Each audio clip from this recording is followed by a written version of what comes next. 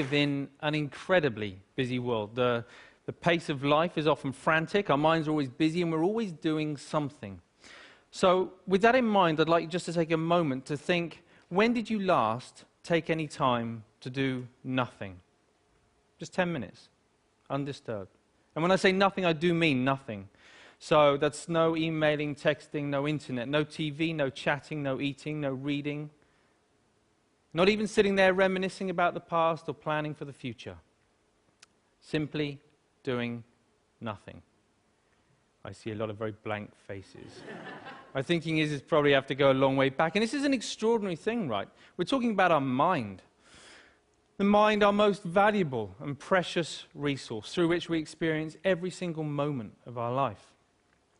The mind that we rely upon to be happy, content, emotionally stable as individuals, and at the same time to be kind and thoughtful and considerate in our relationships with others. This is the same mind that we depend upon to be focused, creative, spontaneous, and to perform at our very best in everything that we do. And yet, we don't take any time out to look after it. In fact, we spend more time looking after our cars, our clothes, and our hair than we... Okay, maybe not our hair, but you see where I'm going. The result, of course, is that we get stressed.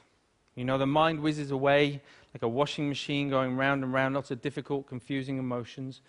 And we don't really kind of know how to deal with that. And the sad fact is that we are so distracted that we're no longer present in the world in which we live. We miss out on the things that are most important to us. And the crazy thing is that everybody just assumes, well, that's the way life is, so we just kind of got to get on with it. But that's really not how it has to be. So I was about 11 when I went along to my first meditation class. And trust me, it had all the stereotypes that you can imagine, the sitting cross-legged on the floor, the incense, the herbal tea, the vegetarians, the whole deal.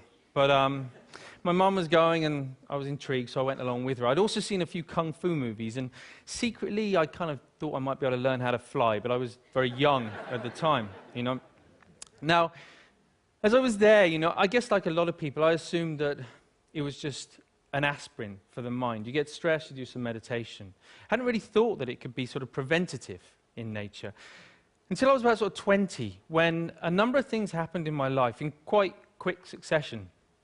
Really serious things, which just flipped my life upside down. And all of a sudden, I was inundated with thoughts, inundated with difficult emotions that I didn't know how to cope with. Every time I sort of pushed one down, another one would just sort of pop back up again. It was a really very stressful time.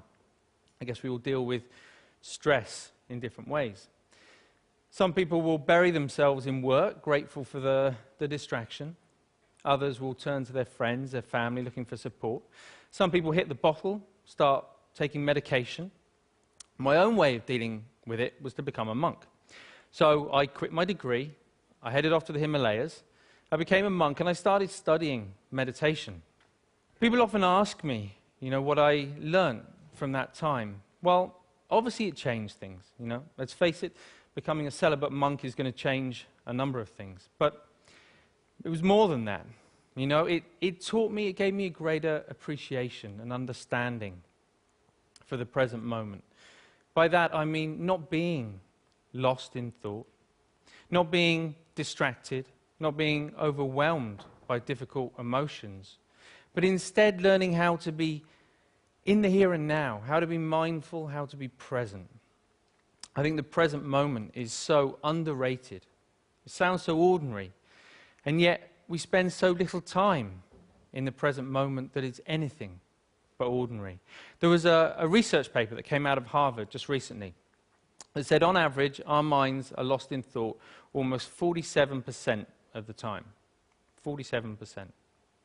At the same time, this sort of constant mind wandering is also a direct cause of unhappiness. Now, we're not here for that long anyway, but to spend almost half of our life lost in thought and potentially quite unhappy, I don't know, it's just me, it kind of seems tragic, actually, especially when there's something we can do about it.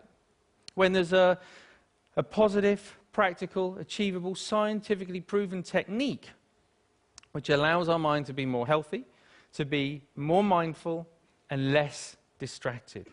And the beauty of it is that even though it kind of need only take about 10 minutes a day, it impacts our entire life. But we need to know how to do it. We need an exercise, we need a framework to learn how to be more mindful. That's essentially what meditation is.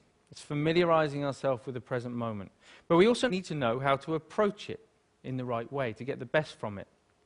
And that's what these are for, in case you've been wondering. Because most people assume that meditation is all about sort of stopping thoughts, getting rid of emotions, somehow controlling the mind. But actually it's quite different from that. It's more about sort of stepping back, sort of seeing the thought clearly, witnessing it coming and going, emotions coming and going without judgment, but with a relaxed, focused mind.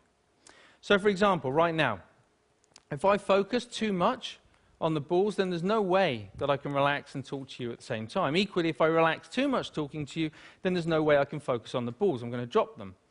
Now in life and in meditation, there'll be times when the focus becomes a little bit too intense and life starts to feel a bit like this. It's a very uncomfortable way to live life when we get this tight and stressed. At other times, we might take our foot off the gas a little bit too much and things just become a little bit like this. And of course, in meditation, we can end up falling asleep. So we're looking for a balance of focused relaxation where we can allow thoughts to come and go without all the usual involvement. Now, what usually happens when we're learning to be mindful is that we get distracted by a thought. Let's say this is an anxious thought. So everything's going fine, and then we see the anxious thought, and it's like, oh, I didn't realize I was worried about that. You go back to it, repeat it. Oh, I am worried. Oh, I really am worried. Wow, there's so much anxiety. And before we know it, right, we're anxious about feeling anxious. You know, this is crazy. We do this all the time, even on an everyday kind of level. If you think about the last time, I don't know, you had a wobbly tooth. You know it's wobbly, and you know that it hurts. But what do you do every 20, 30 seconds? I don't know. I don't know. It does hurt. And we reinforce the storyline, right? And we just keep telling ourselves. And we do it all the time, and it's only in learning to watch the mind in this way that we can start to let go of those storylines and patterns of mind. But when you sit down and you watch the mind in this way, you might see many different patterns. You might find a mind that's really sort of restless and the whole time. You know, don't be surprised if you feel a bit agitated in your body when you sit down to do nothing and your mind feels like that. You might find a mind that's very sort of dull and boring, and it's just almost mechanical. It just sort of seems it's as if you're just sort of getting up, going to work, eat, sleep, get up. Or it might just be that one little nagging thought that just goes round and round and round to your mind. Whatever it is, meditation offers the opportunity, the potential to step back and to get a different perspective, to see that things aren't always as they appear.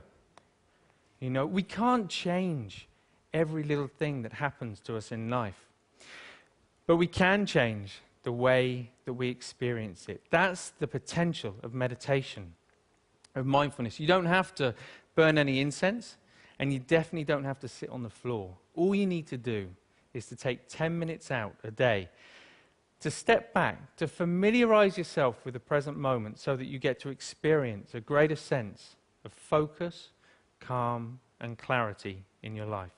Thank you very much. Thank you.